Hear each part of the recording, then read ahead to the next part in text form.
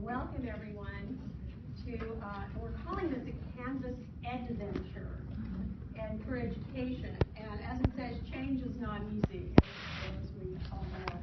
But together we can support each other, and we want you to kind of know the kinds of support we have available here at the campus for you as we go through this process. For our second session today, a couple of things I want to just introduce who our speakers are. First, how to begin as Katy Deco, an instructional designer in PCC. She also completed the @ONE Certified Online Instructor Program, which is a series at that time, I'm sure it was 5 courses plus a 12 practicum. I think that some of us that went through that, you know, it was pretty much, I'm going to be talking about transfer courses, or how to transfer your classes.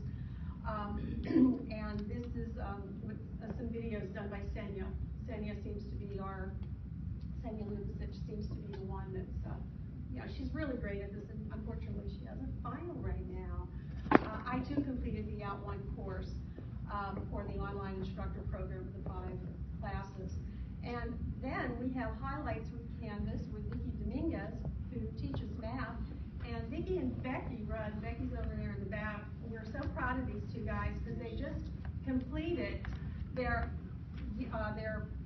online @ONE certification program using Canvas. So those are going to be my go-to people. So they didn't use it with Blackboard like the other 3 of us did previously when we had to go through the certification, but they have it now using Canvas. So they've been playing with Canvas for a while, and we're certainly going to be using their expertise today. And so a couple of things I just wanted to mention. You're going to hear the term LMS, and that stands for Learning Management System. And Blackboard, Canvas, and Moodle are all part of that group of an LMS. And what they are repositories for, or places for content, placeholders for content.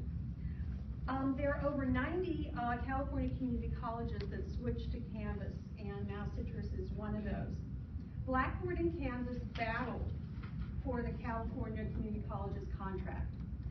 And the tipping point was that the students that were surveyed at that time, and I think this included PCC, because they were one of the pilot schools, that Canvas was easier and more user-friendly to operate than the other LMSs that were available.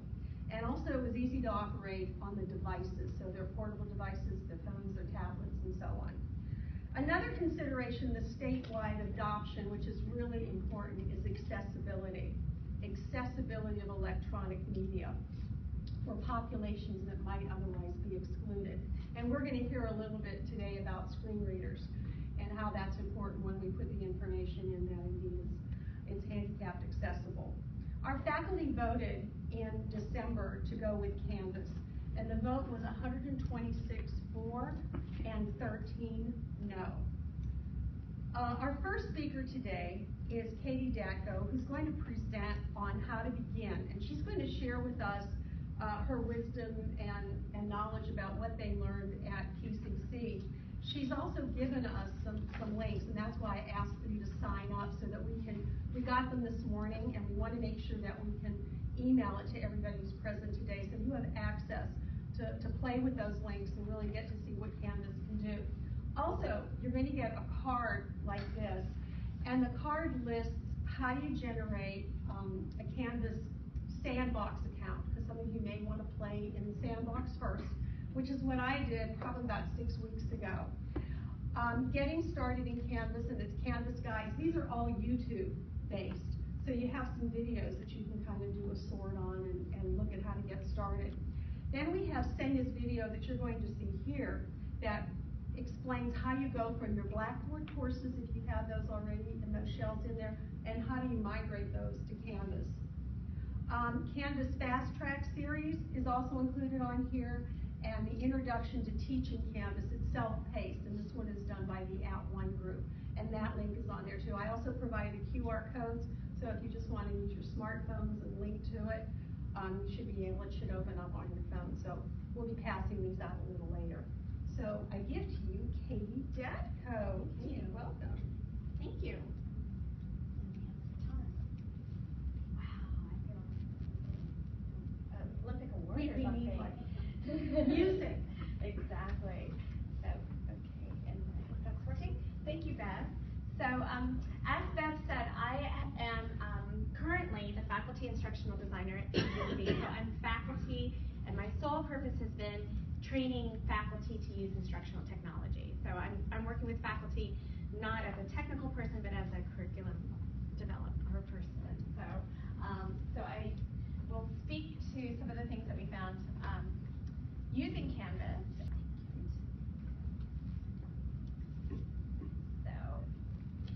So some of the things I'd like to talk about are just a little bit about our context at PCC. Even though we're down the road, we've been using Canvas for about 5 years. And just to give a basic overview of the sort of the differences between Canvas and Blackboard in a nutshell. Okay, and then talk a little bit about some of the features, and I know that Vicki will be talking about those more in depth. And congratulations to Vicki and Bev both, because the course they went through is a very awesome course. And actually, I just found out that they were with my husband, who just finished as well. So that's kind of fun. Small world. And so I also will sort of take you into a little demo course that I've created for you that has some sample modules and some content. Some of it I might have to go back and check some of the links and things, but just it has sort of a structure in there, and so you can get an idea of what Canvas can do for students. Okay, is everybody cool so far? Yeah? Okay, wonderful. So let's talk a little bit about PCC. So we were on Blackboard before. So we went from WebCT to Blackboard to Canvas in a little over a year. You all are very lucky. Our Canvas implementation was 6 weeks. Okay? So on June 20th, 2012, we turned off Blackboard completely. And we started Canvas. So what had happened was our faculty were so upset with Blackboard. It was so difficult for them to use. It was so hard for the students. And they got together and created a steering committee and vetted Canvas. And Canvas was a new player on the block. So we were the first college in California to use Canvas, in fact. And overwhelmingly, the faculty, the staff, and the students, like your college, chose Canvas. So when they were doing their presentations, everybody stood up and gave a standing ovation to Canvas. So we've had a long experience with Canvas, and we were part of the group that helped the steering committee for the statewide online education initiative. There were 2 colleges, it was Sierra and PCC. Using Canvas, they came to talk to us, and they would ask our students, so what do you hate about Canvas? And the students would say, well, my instructor doesn't respond to me or something. And they're like, no, that's something different. What do you hate about Canvas? And they're like, oh, Canvas? Nothing. No problem. They're like, maybe one time I couldn't access it, but that might have been my Wi-Fi. That was it. So they loved it overwhelmingly. So the nice thing about Canvas is it's great for our students. And what we found, and so I have this graph here, it's a little hard to see, but it's color coordinated, but just over the course of 4 years, our use of our learning management system increased exponentially. So we only had a handful of people using Blackboard. We had some power Blackboard users. Within a year of changing to Canvas, that increased 150%. So we found that a lot of faculty now use Canvas for their face-to-face classes. So it wasn't just for online, it was for everything. And the students started clamoring for it. They're like, we want Canvas. So then people would come up to us and say, oh my gosh, my students want Canvas, what am I supposed to do? And it's so easy to use that it's been a great tool for us. And I think it's really contributed to a lot of different things in terms of student success. So we've had quite a lengthy experience. I mean, we just now have entered in our 5th year of Canvas. So just to give you an idea of Canvas and versus Blackboard. So Blackboard is what we would call a closed system, which means you have to pay or add on this and that and the other plugin. If you want to use a certain tool, you have to pay, or you have to contact your administrator or for your technical side and do this, that, and the other. And Canvas makes that so much easier. There's so many tools that as faculty we can have access to and integrate into Canvas. So Canvas is a much more open system. And our faculty have loved it. They've gone into the external tools feature of Canvas and they've said, oh my gosh, I want to try this, and they'll pull it in. And they're usually tools that work well with Canvas too. So it's not causing too much of a burden on our students to have tool after tool after tool after tool put on top of each other. And one of the great things about Canvas for the face-to-face environment is that there are a lot of different ways to access information. And online, you know, it can be a little more difficult, and I think Becky will talk a little bit about that. But in the face-to-face environment, if you want to put up a list of files, or if you want to organize them in a certain way, it's so easy. There's a lot of drag and drop capability that you don't have with Blackboard.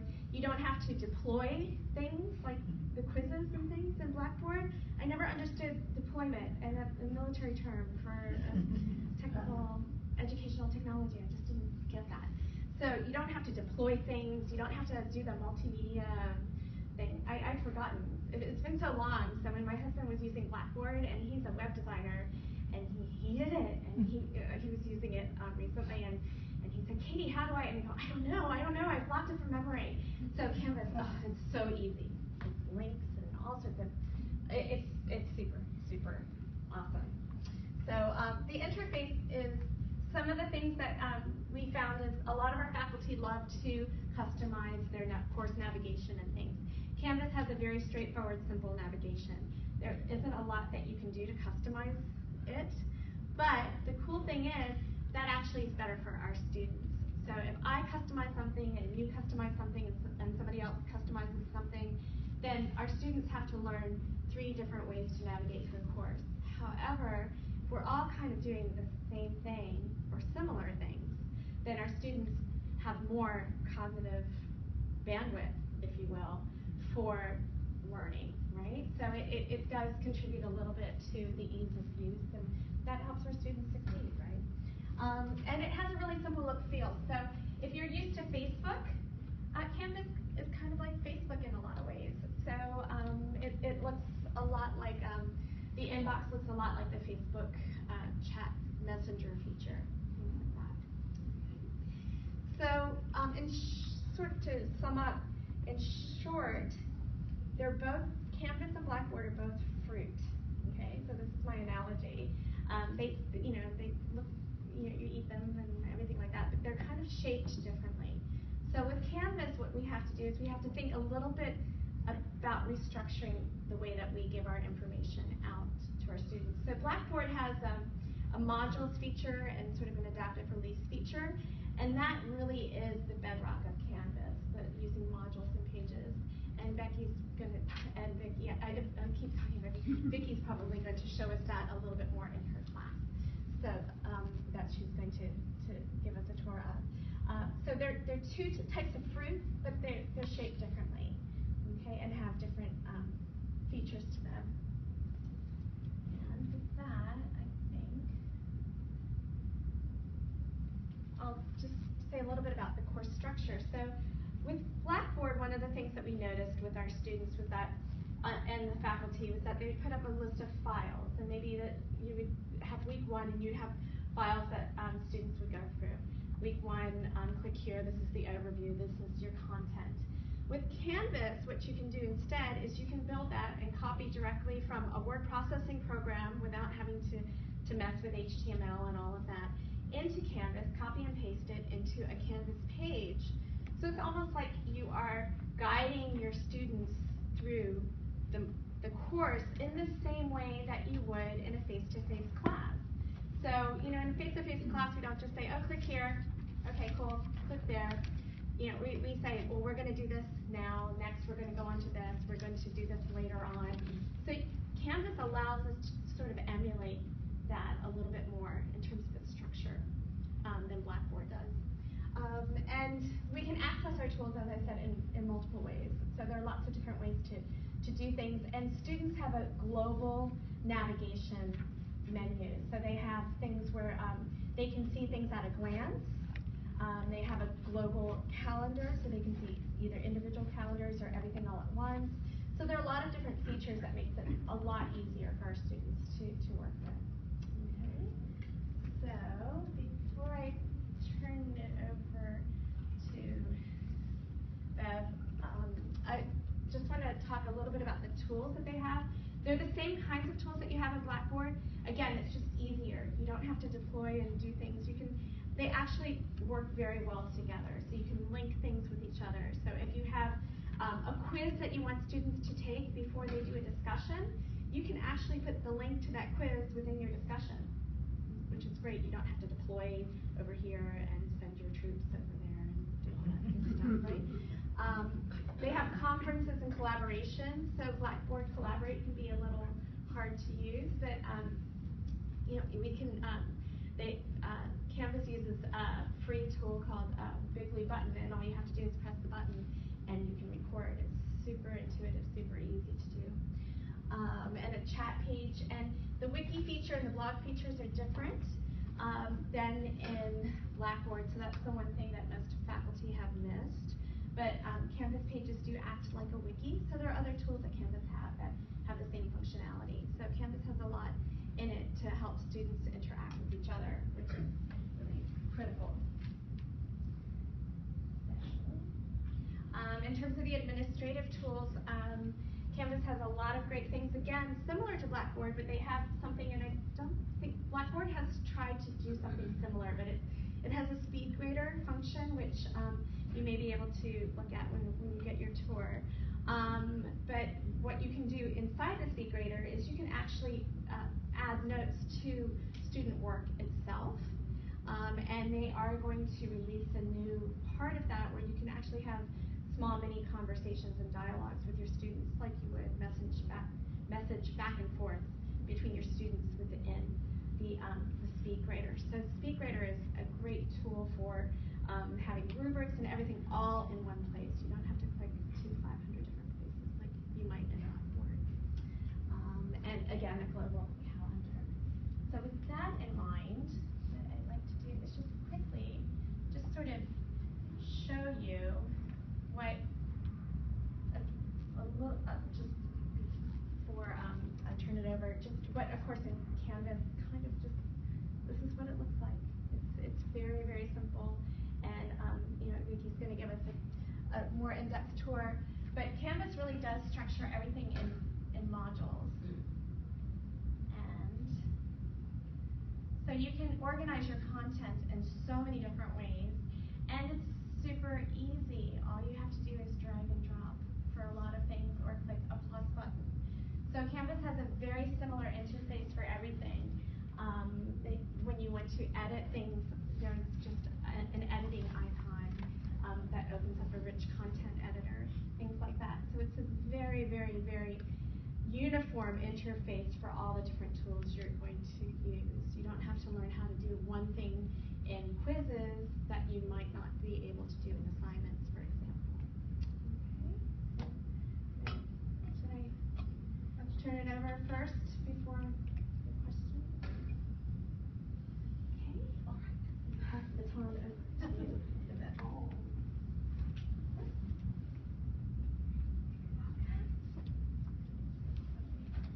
Okay, so now I'm Senya.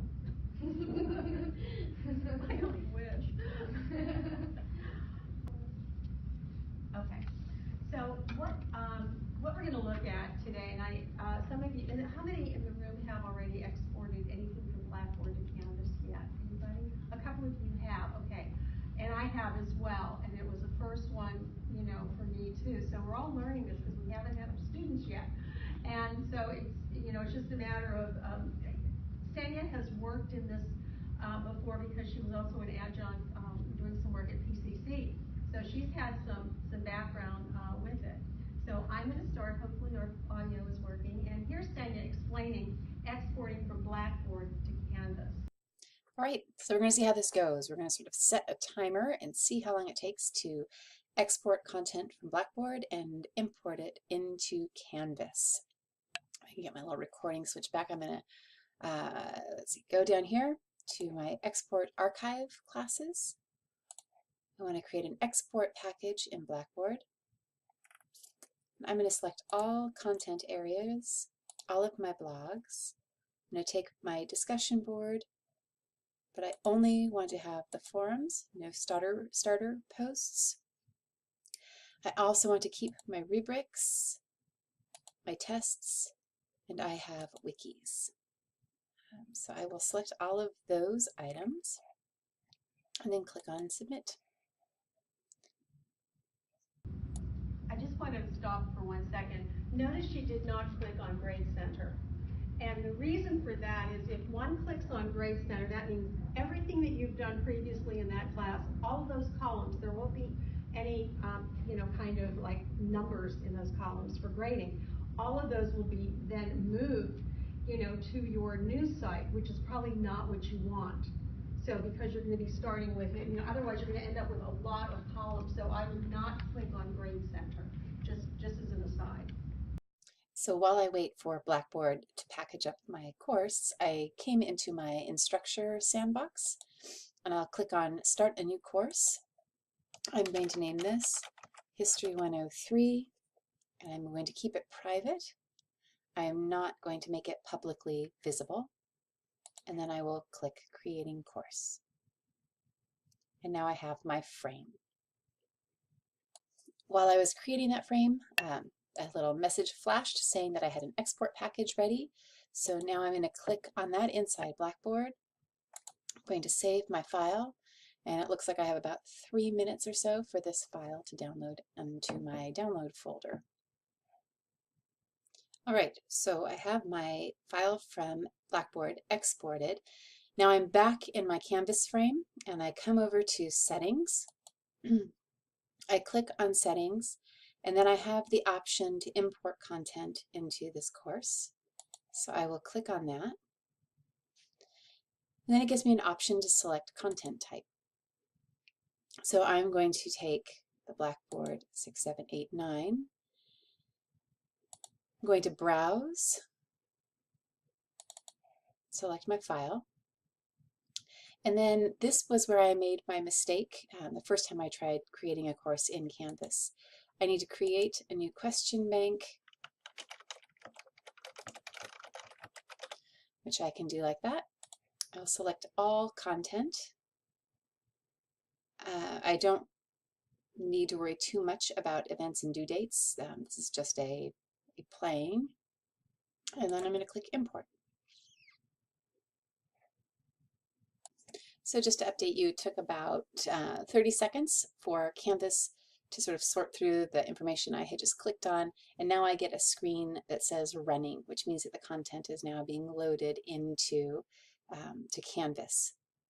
You have a time clock that you can see on the screen. It is not set to Pacific time, so it said that it started at 3:11.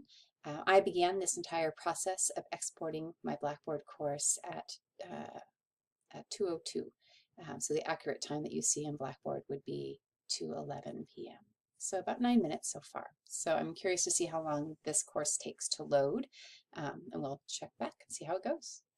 So now it is 2:17, so it's taken me 15 minutes to export content from Blackboard and then to upload it into Canvas. When I finished the import, I got one message, maybe it still shows here, that it's completed and that there was one issue.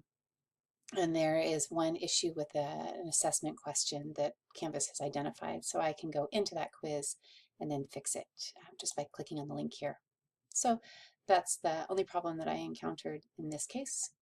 It'll be the Chapter 5 review quiz that I need to go back and check. But in terms of what the course now looks like, I can start moving things around the way that I like. It has hopefully recognized my modules, which it has. So it has my tutorial, it has my getting started section, my chapter materials, unit 1, chapter 2, everything's organized, and so I can go now and set how I want the students to move through this material. And the really lovely thing is that once it's set, Canvas will start doing the robot work for me. I can copy this and have my course set for a new semester in about 60 seconds, which is wonderful. So hopefully this helps clarify how that process works, and I'm going to keep playing in Canvas. Hope everyone else does too. All right, and the reason that Senya chose that particular course is because it was extremely visually rich. So she has a lot of videos in it, a lot of paintings and pictures and the whole bit. So it really would take a long time. Mine, it was not as visually rich as hers is. So mine only took probably about 1.5 minutes, 2 to 3 minutes to transfer over. So again, it depends. It depends, you know, what it is you're doing and how rich the course is. The next one, oh, and if you, this one is listed on your card, so if you want to go back and look at that, you certainly may. Another way to find it for the online faculty, you can always go to our online Distance Ed Committee site, which is in Blackboard. I'm telling you, find all the Canvas stuff's going to be on Blackboard right now until we move it over. So you can find that there. For those of you who teach traditionally, and it would be listed as Citrus College 9.1. I think 14, and that should be listed on there when you open up into Blackboard, and you should have access to that too, and it'll be under a link called Canvas, and you'll have the video I just showed, but also the next one, because if you're playing in the sandbox, the Canvas sandbox, how do you switch that to the Citrus Canvas? And that's going to be the next one that I'm going to share with you that Senya so graciously provided as well. All right, so as before, I thought I would make a video of importing content into the Canvas shell, but this time I'm working from the sandbox. So it is 11:12 when I'm starting this process. This is my History 103 class that I've been building in the sandbox. I'm going to go to Settings and open that, and then I'm going to create Export Course Content. I'm exporting the entire course. So it may take a bit. This is not my biggest file. I'm expecting it to go a little bit faster than the last one, which was actually incredibly fast. So it's charting its progress. This is just the waiting. All right, so I paused the video while the blue line was running. It is now 11:13, and I'm going to click to download my export file. In the bottom of the screen, I just have a few seconds left.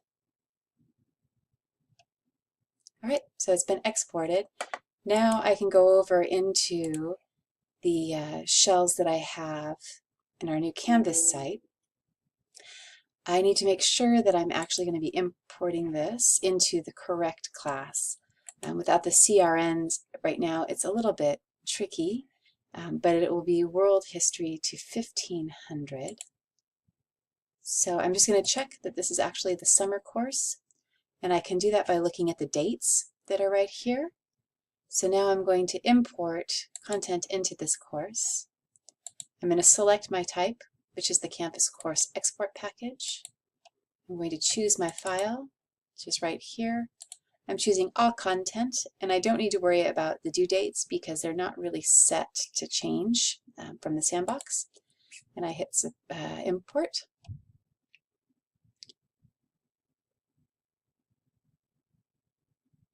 And now it's running. So it is going to import and run this across.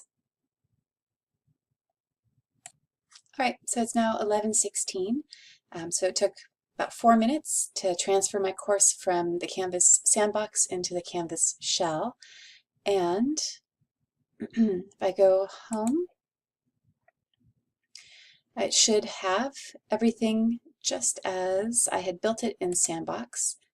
So my first check is going to be modules. I didn't get any notice that there was an issue with the import. So I can jump in.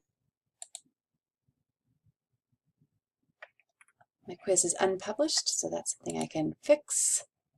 But it looks like it's all there. So easy peasy.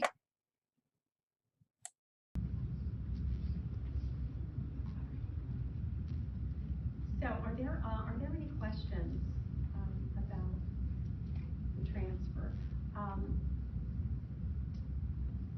I think just knowing, you know, what is you want to put in, and those of you you who are teaching online, really making sure that you're following along from either Blackboard or the Canvas to Canvas. Not so much Canvas to Canvas, it's really the Blackboard to Canvas, the Gradebook, and also the discussion post, that you're really just starting with what your lead questions might be in your discussion post, because you don't really need all the other things. Okay. Vicki.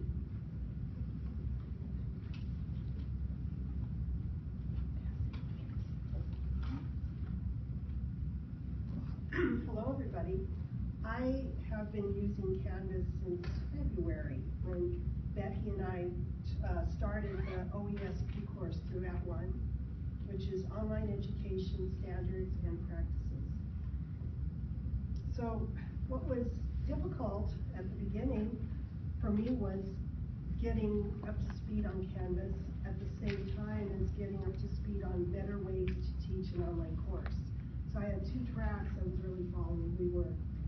And I would say, from my opinion, I think it took me about 3 weeks to get comfortable in Canvas. I've been a Blackboard user for 11 years. And I used Moodle when I was at Chafee as an adjunct, and I've used Sakai when I was at FITM as an adjunct.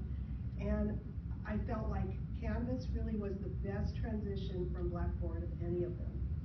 It's very, very intuitive. I'll show you my course that we had to create a course in our class that we took through @ONE to become certified. My course is not complete. We had to create an orientation module and a content module.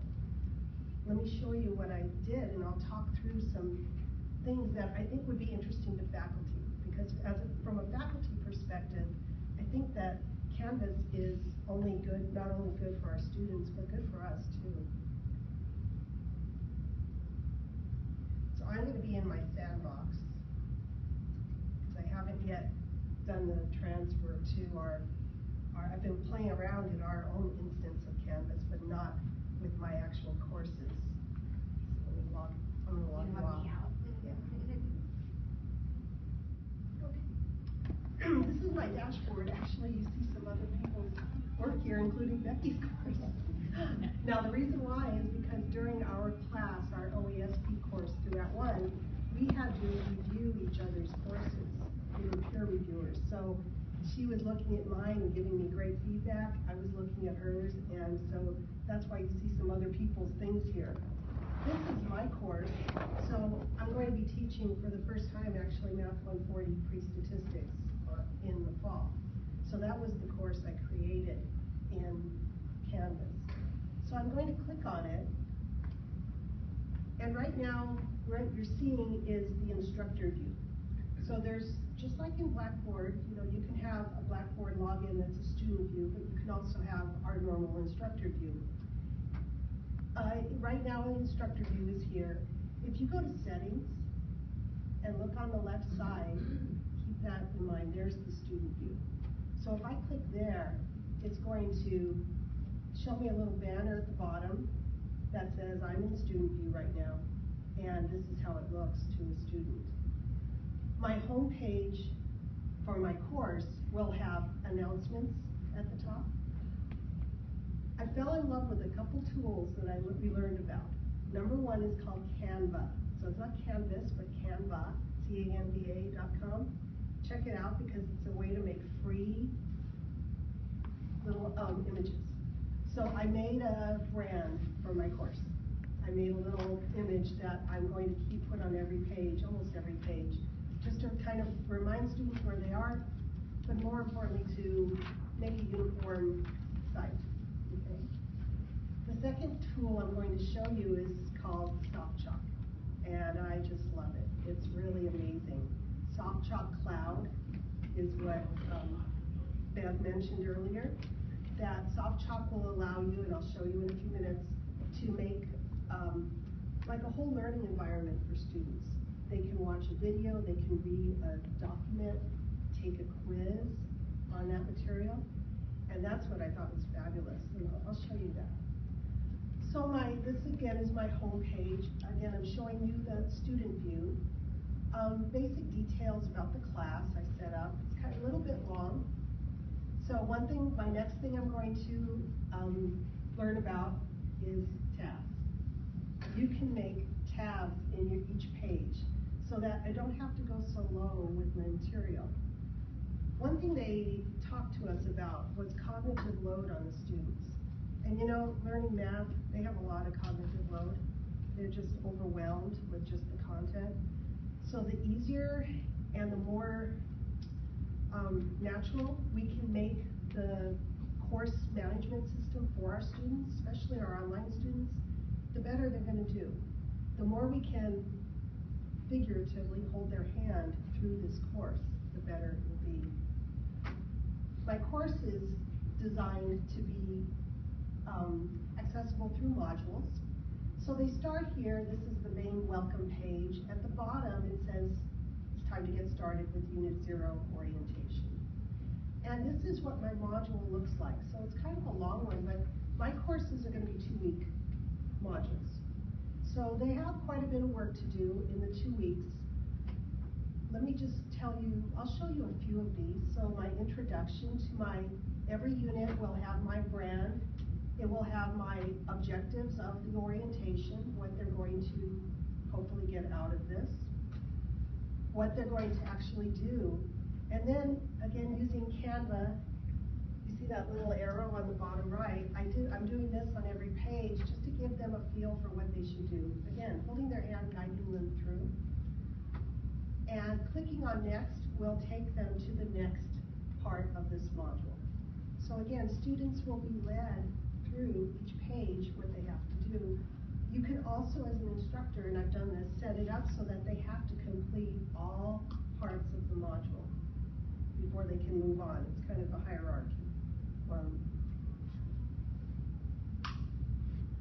I made a video to welcome them to my class.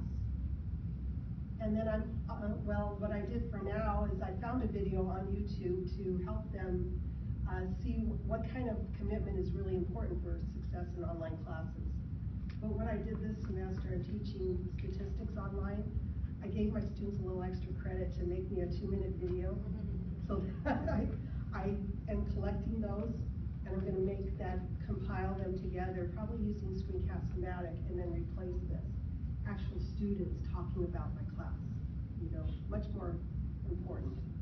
Let's see.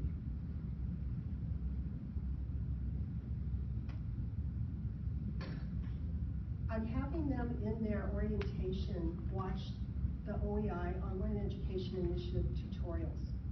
I'm going to click here. So you can see it opens in a new tab. And they've developed this for all the community colleges. And the interactive tutorial, there's quite a few of them here. I'm not going to have them do all of them, just the first 4, because I want them to learn how to succeed in an online course. But there's some pretty interesting stuff here, like financial planning, career planning, that you might want to investigate. Okay?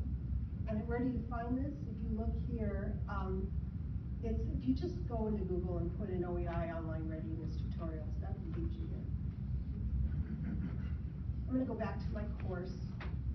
And do you have questions right now? Oh, yeah. I noticed that you embedded some hyperlinks and videos. I did. Does the process work similarly to how you would do it on Blackboard? Let me break out of Student View and show you what this page looks like from my perspective. It's a great question. So you can see right now at the top right, it says Edit. So I'm going to click on that, and I would say no. It's a better process than from the Blackboard. So hold on a minute. I think it's going to hopefully. Yeah, this is the HTML code. Click there.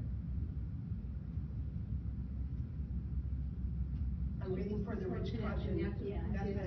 Yeah. Sorry, it's a little bit slow. It's interesting. The editor looks very similar to what you see in Blackboard, that it has the tools that you can enter. You can embed a video or embed a link. I'm trying to click here to see if I can get out of this. I'll even refresh the page. It's working up here. I felt that was one of the easiest things to learn how to do, to embed media and content into my pages? Great question. I know you'll appreciate this question. Does it have an equation editor also when you're? Yes, I haven't used it yet, but I believe it does. There it is. This is the rich content editor. So it's set up so that you can embed pretty easily links, images, videos. Okay. I think easier, like I said, than Blackboard did. Any other questions right now? I'm going to skip over to, in my modules, my content module, because I don't want to run out of time. I'd like to show you some actual content, some actual pre-statistics. So I decided to do just chapter 4, which was all about learning standard deviation and variance, hard stuff for students. And let me show you what they have a lot to do in 2 weeks, I know, but it's a 2-week module. I'm going to go back into student view.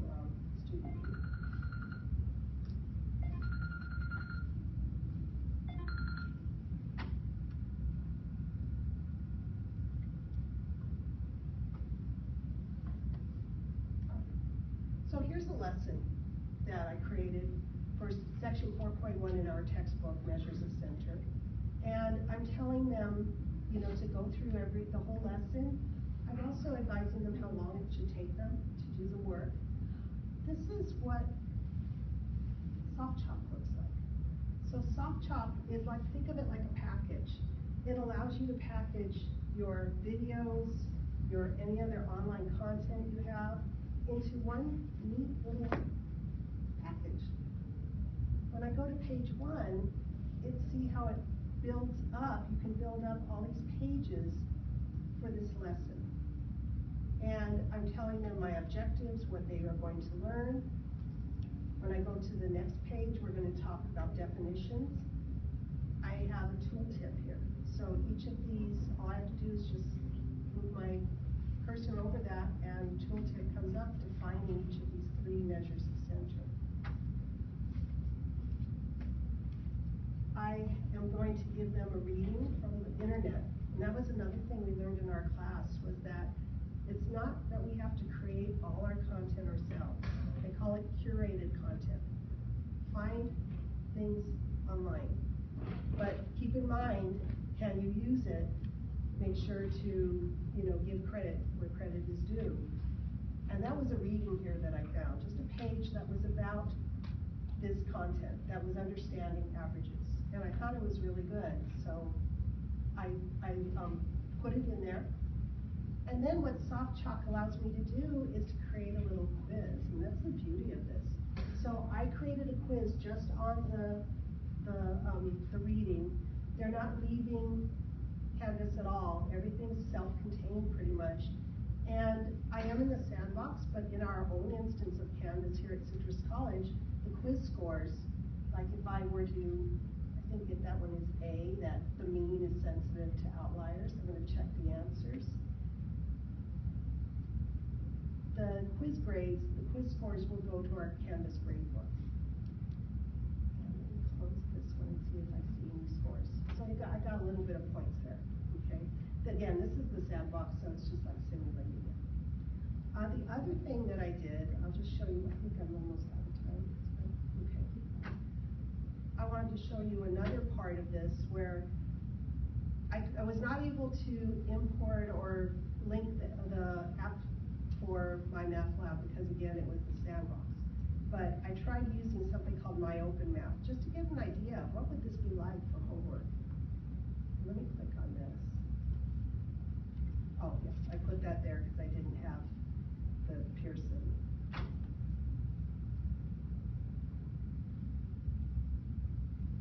Oh, okay. Hold on.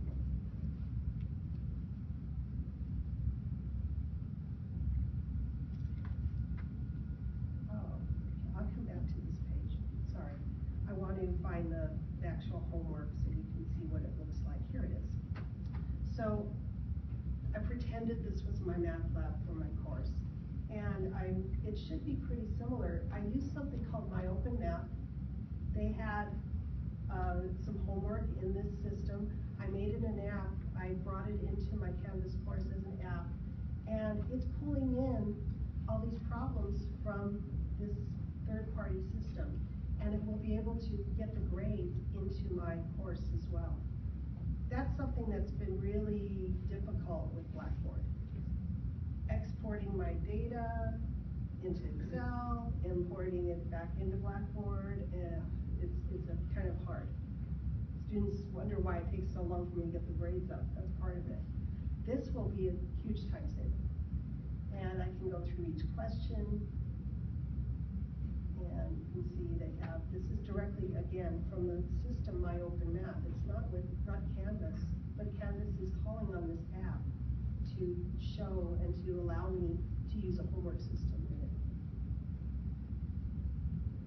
Any questions right now? Vicki? Yes. So just to clarify in my head, so the Softchalk let you put all that stuff on one page in the module, is that correct? That's true. That's right. Yeah, we have a license for Softchalk. We have, and it's really great. I would really recommend you take a look at that. Another thing I wanted to show you, I'm going to go back a few pages because I wanted to show you the rubric. So I created a rubric here for this little practice. What I did was I created a worksheet for students to work on while they watched me in a video working through it. And then I'm going to have them scan it in or take a photo of it and upload their worksheet. And then I'll be able to quickly grade. You just really click on, I don't have a lot of criteria here, but some of my assignments, I have quite a few, and you just click, and you're done. So using the rubrics, I think, is a lot easier than in Blackboard. So if you've never done investigative rubrics before, take a look at it.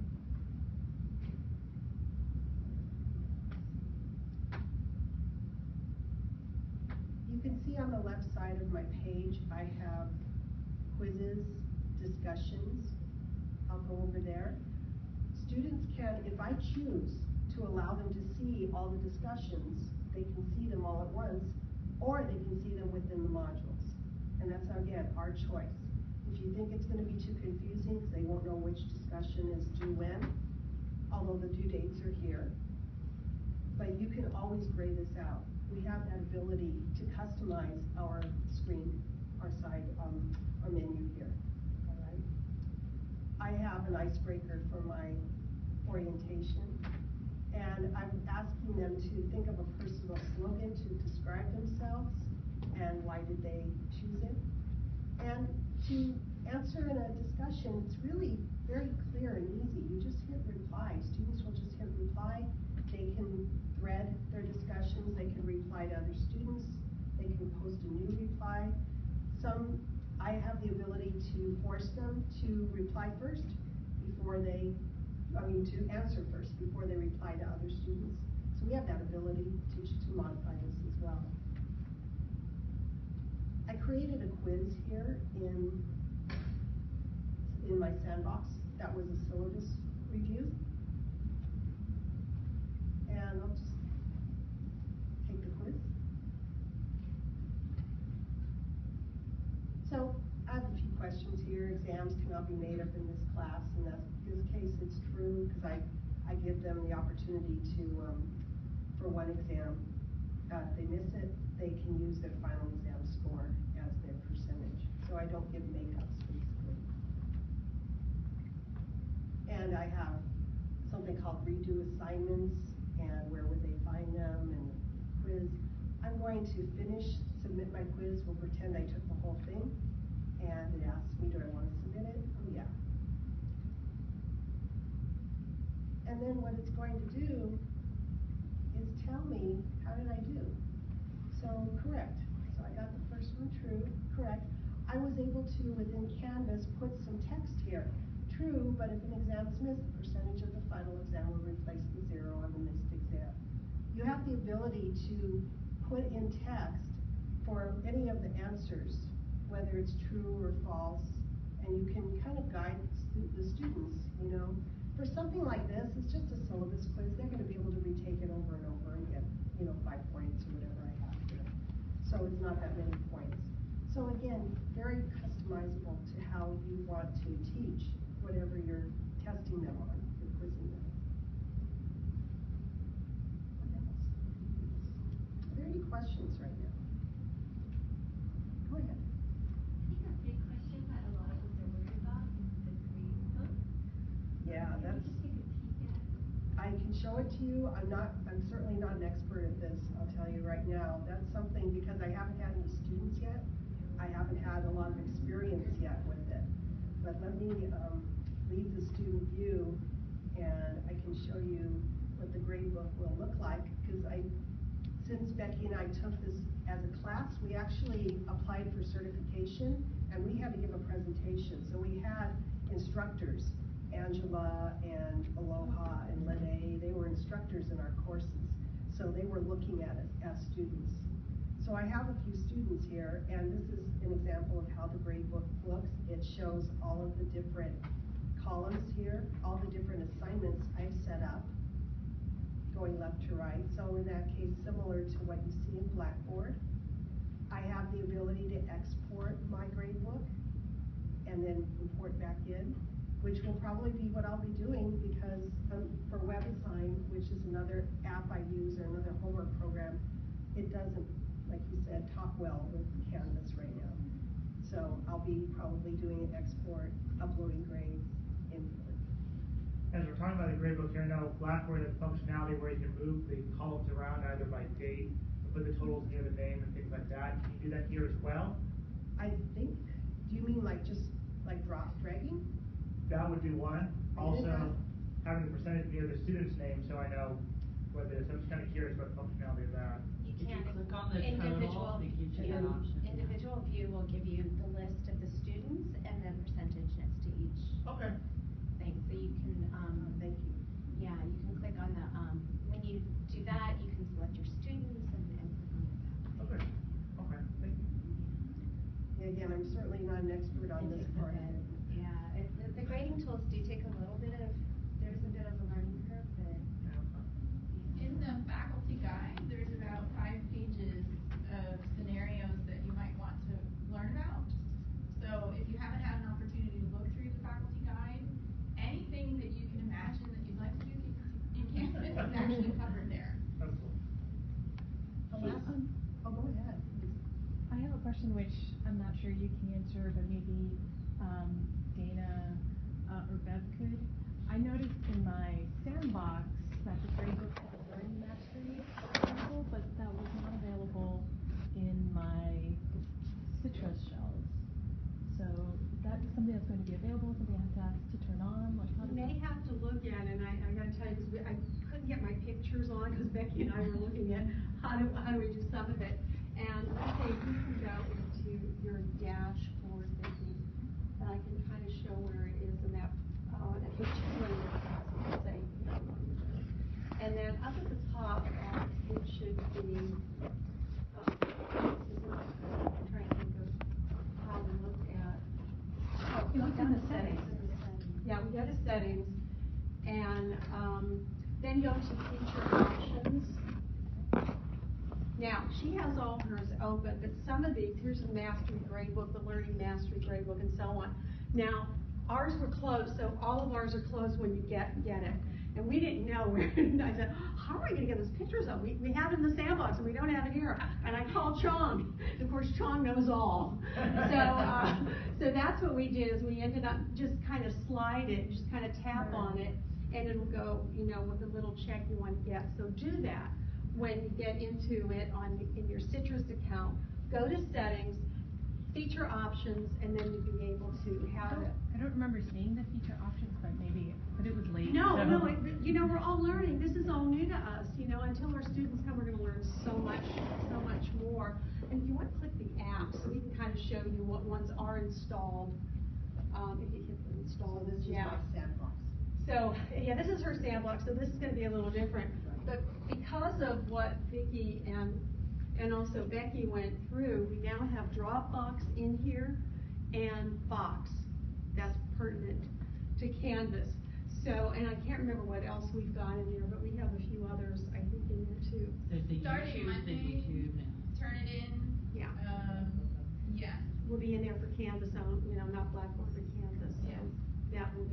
that will be something extra. And we don't have, I think our Soft Cloud, we don't have that look on it. We're just doing the connection with the link. So it's a little different for us. Do we know if they're going to be adding the attendance feature? I don't know. We don't know, because mostly, because that's more, we don't need it for online. Do we have it? For our institutional account has the attendance feature. Right, but I've read that it has to be implemented on your site, and that's what I was asking. Right, yeah, so it would depend on what you all decide as a campus. So that's been activated by our Canvas administrator. Yeah. The last thing I'll just show you real fast is the calendar. The calendar saved my life during our OESP because all your assignments are here in the calendar. When you complete them, it crosses them out for you. So it really helps you keep track of what students helps them to do with understand what they're doing. And the students have this view as well. They have a calendar as well. They can do it. Oh yes. Yeah. And the student can click on, like I was playing with it, it was so cool because I had mine ready for the summer.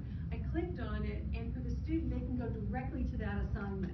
So they don't have to go navigating page by page by page.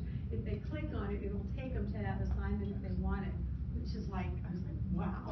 Which can be good for face-to-face, but we found in our fully online classes, if you're locking using a set release date for content in your modules, then you're going to have a lot of students writing to you.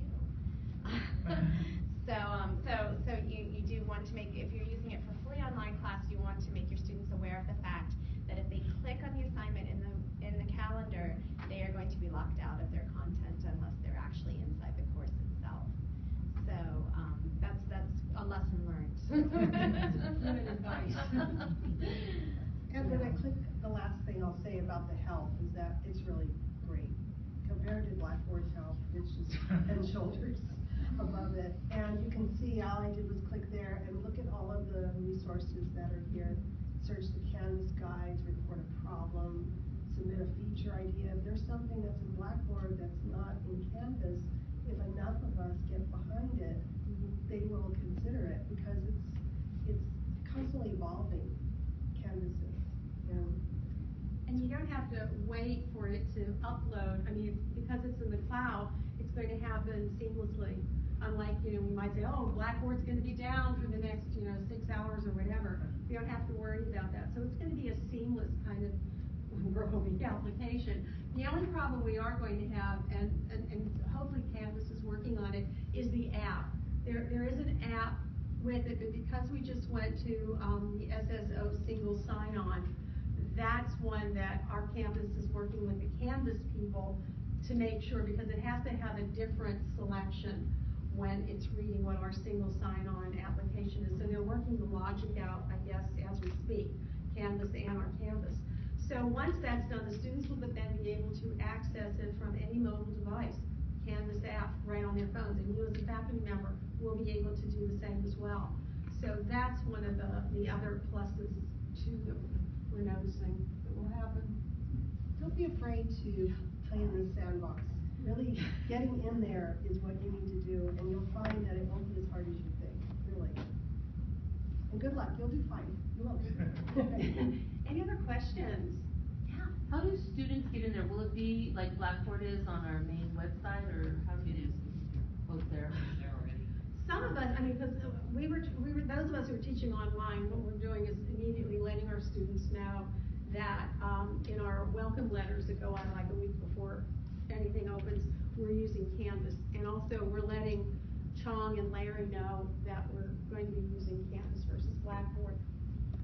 So we're letting them know that.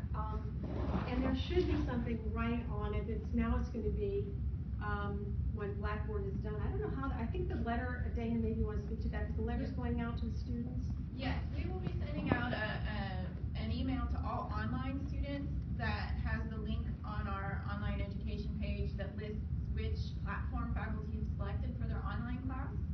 For face-to-face students, because you'll see them on the first day of class,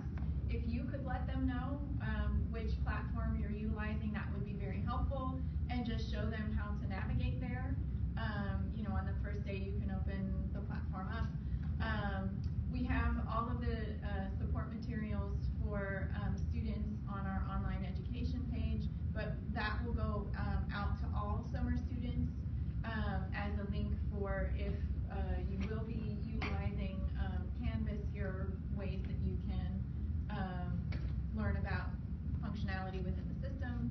And so there will be a link similar to the way that we have Blackboard.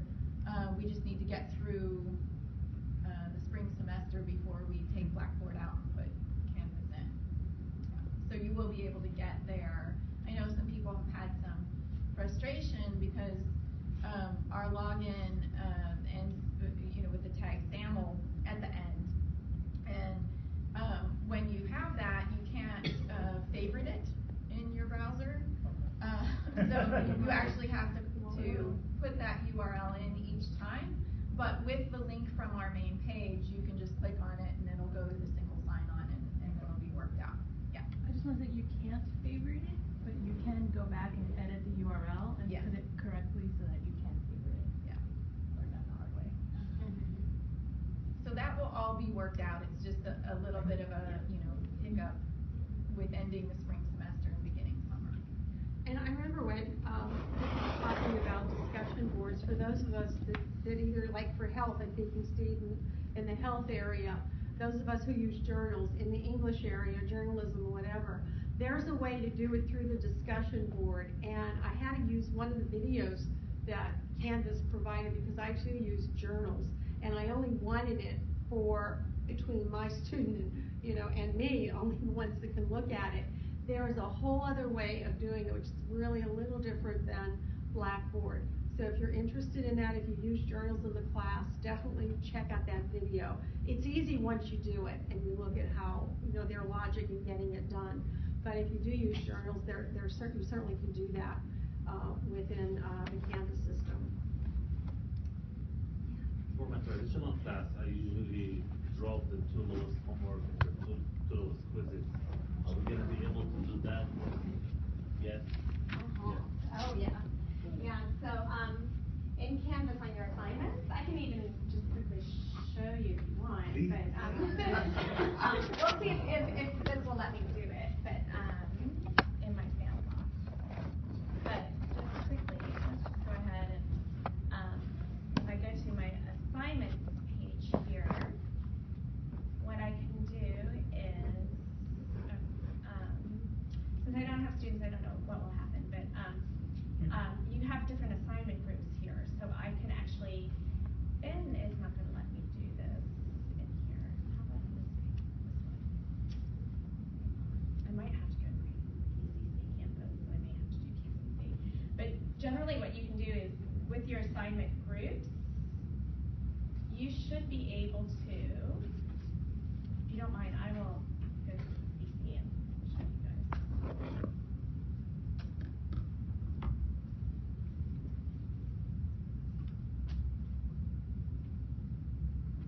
And as you start doing more with Canvas, you will find you have 501 different logins for Canvas, and they're all different. They all require a different password.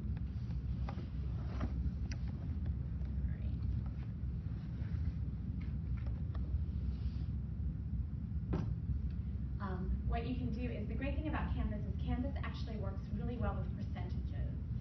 So I'll just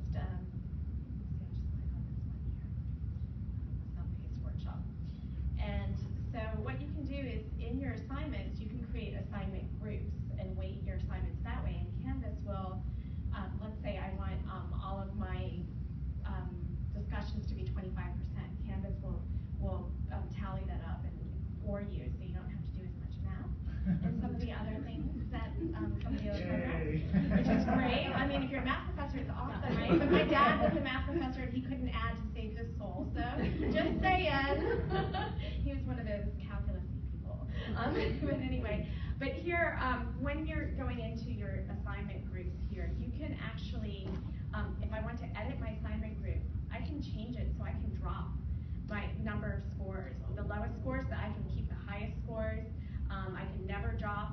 I can never drop a certain assignment. I can say, oh, these assignments are okay, but never drop this main assignment, that sort of thing. And I can also change my weight of my assignments very, very easily. And then, let's say if you have assignments in one group that you want to change to another, all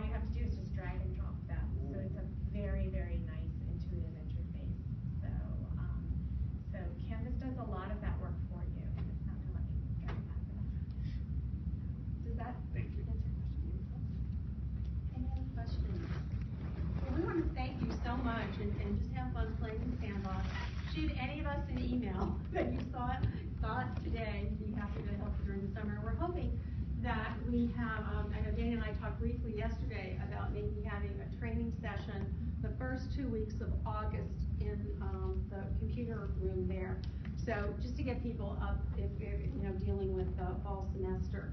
If you're teaching now, definitely contact any of us here if you need some help. But we try to have that planned for some Monday, I guess some mornings for the first 2 weeks of August. Okay. Have fun playing. See you soon. Bye-bye. Thank you. Thank you.